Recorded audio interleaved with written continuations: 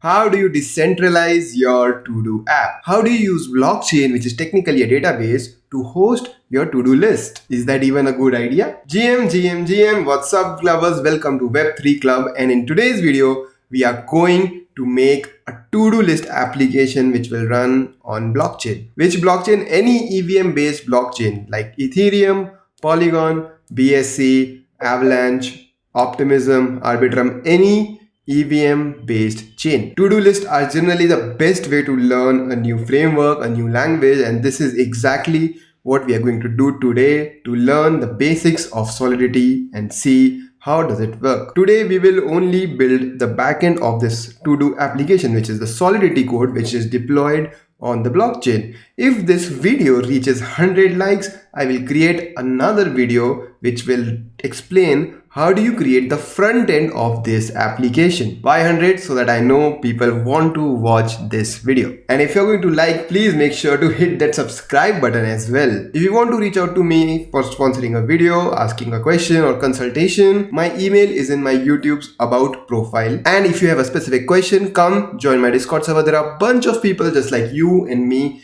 who are trying to help each other out. Alright, with that said, let's get started.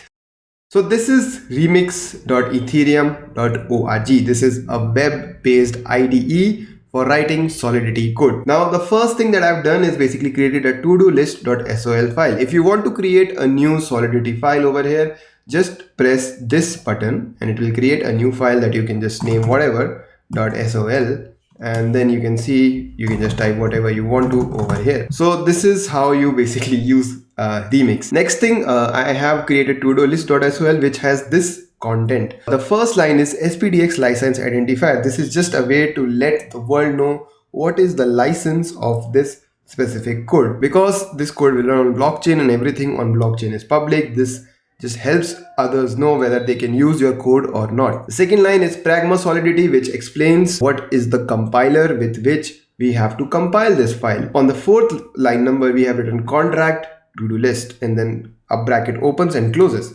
Now what is contract? Contract is just like a class in object-oriented languages. You create a new instance of contract by deploying it on the chain, and then basically you call that a smart contract. Just like classes, it can hold variables, it can have the variables be public, be private, it can also hold methods, it can hold constructor and whatnot. Alright, now the first thing that I'll do while creating this list is create something called mapping, which is exactly like a hash map where you put a key and it gives you a value. Alright. So what I'll do is I'll create a mapping, which is a hash map of the key being a uint 256. Why uint 256?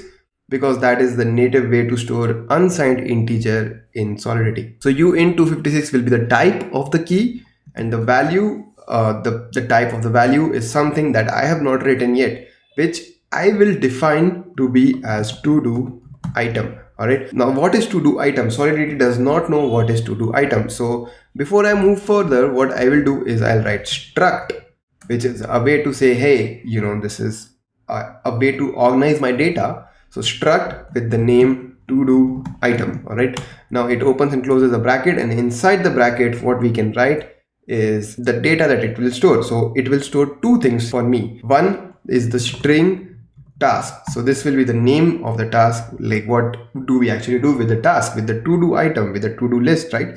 We have a task in the to-do list. So the to-do item has a task, and the second thing that we will store is a boolean which stores whether the task was completed, which is like is completed.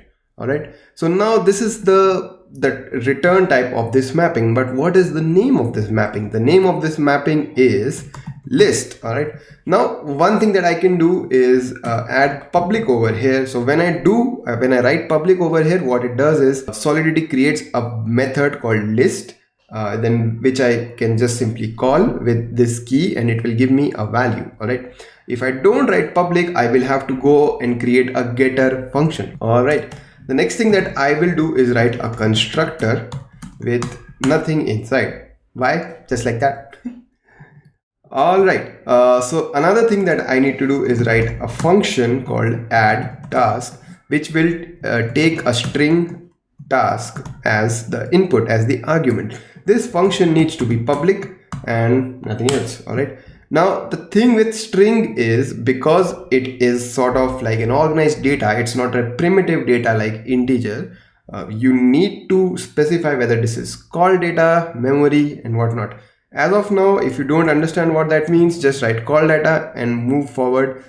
If you ever get curious about what this is, just search for it. It's very easy to understand. All right, when I have that call data, the next thing that I will do is I will put this call data in the struct TodoItem. So I will create a new TodoItem like this, and then I can just write task is task, and then is completed is false. All right, now I capture this TodoItem as an item over here, and again this is another giving me an error, if you see. And why is it giving me an error over here? Because here I have turned on auto compile. Now it is giving me an error which says data location must be storage, memory, or call data for variable.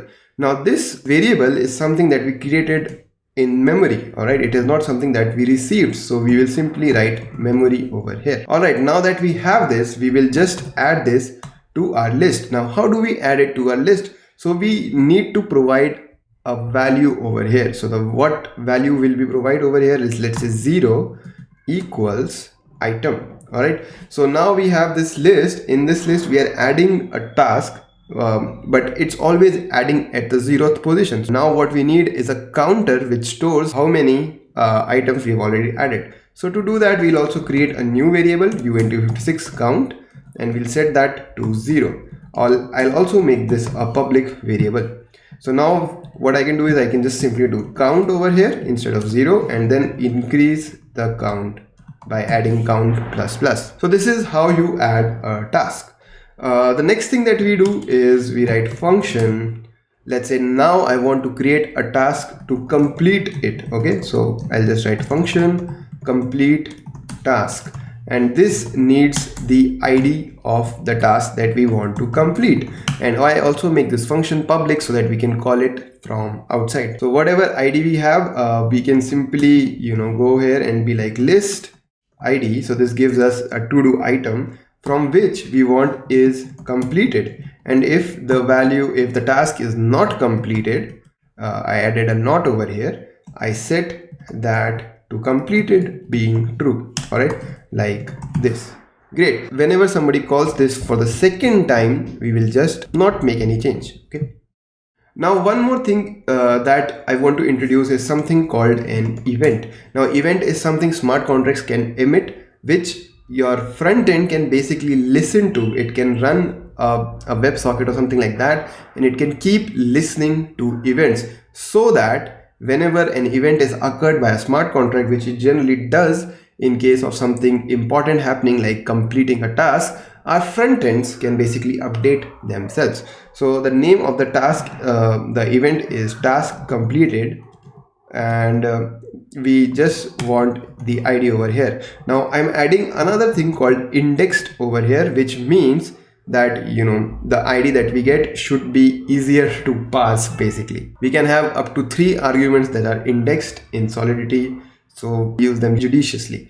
And now to emit an event, we simply write emit task completed, and then we write ID over here. So whenever the task is completed, we can simply write like this, like we can emit an event, and you can see that the compilation is fine. So we'll go over here and we will deploy this in the JavaScript blockchain that Remix gives. These are the accounts that we have access to, and all of them have 100 ETH.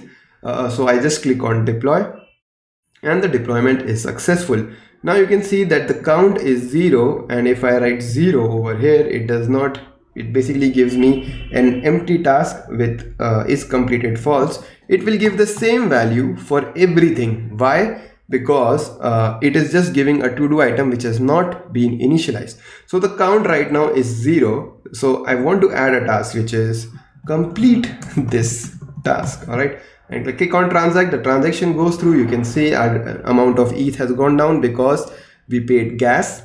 And if I see count now, it is 1, and I can check out the 0th task, and the task is, the string is complete this task, and you can see that bool is completed is set to false. Okay, now let's say you have completed this task. You press 0 over here and click complete task, And now you will see that this gives us true, but you can just check that the transaction that I've done, which is this one, which was to basically complete the task, it has given us some data in the log section, and the data that we have is called event. Not sure if it is visible, but yeah, this is the event we got, which is task completed, and the arguments are 0, the ID, and in the event completed we got the argument for ID as 0. All right, now let's say we want to add another task, which is complete this task 2, and I click on transact. The transaction has gone through. We have basically added a task, and you can see the logs are empty over here, and now the count is 2. If I basically check out this one, right, complete this task 2 comes, and we have added our task. Now let's say we set this to 1. To complete the task, we set that to 1. This time if you check logs, you will see the argument is now 1, the ID is now 1. So this is how you can basically make sure that a task was sort of completed. Now the thing is, we can basically just call this complete task with anything. So let's say we can add a new task with a different account, not the first account that we use. All right, so we are calling this with different account, and this way you will be able to see that this task 3 has come up even though we called it with a different account, and the different account can also complete this task, which you can see it has done. All right, so now how do we make sure only the person who has deployed this contract can use this to-do list for themselves? Only they can complete a task, or they can add a task. Let's say that the world can see the to-do list, but they can only complete and only they can add the tasks. So to do that, what I will do is I will create a new variable called owner, all right, which is the address, and then in the constructor what I do is write owner equals msg dot sender. Okay, so now we have set the owner to the person who is sending this transaction, so which will be us. So I'll also make this owner public for you to see. Now before every task, all right, what we will do is we'll write require means that the first argument that we send is true. All right, so we will send owner equals msg dot sender. If it is not the case, we want to raise an error, and the error will say only owner can call this. Okay, similarly we need to add this to complete task as well, and this is how you do that. All right, now you can see that we are repeating ourselves with the code, and being the good developers that we are, we don't want to do that. So we create something called modifier, which basically works like this. You write modifier just like how you write a function, and I call this modifier only owner. It does not take an argument. All right, now with modifier what you have is a special variable called underscore. If you call underscore, what it will do is it will let the code run. All right, so what I can do is simply copy this require line and paste this over here. Now what will happen is whenever I call this modifier, it will basically run this function, run this line. If this line is fine, it will say underscore, which means hey, move on, there's no problem with this modifier. All right, and to use a modifier I can remove this line. I don't need that line anymore, and simply I add the modifier over here with only owner. If it had arguments, I could have provided arguments over here, but it does not, so I don't need to put any brackets. So same thing we will do on add task over here, and I'll write only owner like this. So this is how you use a modifier. If the modifier code is fine, we simply move forward. We can add code before and after here as well. All right, so now that we have all this, we'll remove the old contract. We'll select our main account and we'll deploy it again. This time you'll see there is an owner as well, which is our account. The count right now is 0. So let me add a task with this is task 0, and I click on transact, and the transaction has been added. The count is 1. For the zeroth task, you have this is task is 0. Now let me change our account and let me add a task 1. Now this time if I click on transact, you'll see I received an error, and the error is only owner can call this, which is exactly what we have written over here. So this is how the only owner modifier will work, and only owner can simply complete a task. Let's say I want to use the other account to complete a task, the task 0. I click on complete and it will give me an error again, and if you check the task 0, it has not changed to true. It is still false because the owner was not calling this. Now let's say we switch back to the owner and we try to complete the task. The transaction has gone through, the list is basically set to true, and this is how you create the backend of a to-do list. So this is basically, you can store the count, you can go through 0, this is done, 1, there is no task, so we don't do anything. All right, this is how basically you add task, you complete task. This is the backend for the to-do list on a blockchain. If you want me to create the front end for this, please make sure this video gets 100 likes. Once this video receives 100 likes, I'll create a new video for the front end, because once it receives 100 likes, I know you want to watch this video. So please make sure to hit that like button and subscribe to the channel if you haven't. Thank you so much for watching today's video. If you want to send me a message, my email is in my about section on the YouTube profile. And if you have a specific question, come join my Discord server. There are a bunch of people just like you and me who are trying to help each other out. I hope to see you again next week, and I hope that this video reaches 100 likes so that we can create the front end for this to-do list. Again, hope to see you next week. Till then, bye-bye.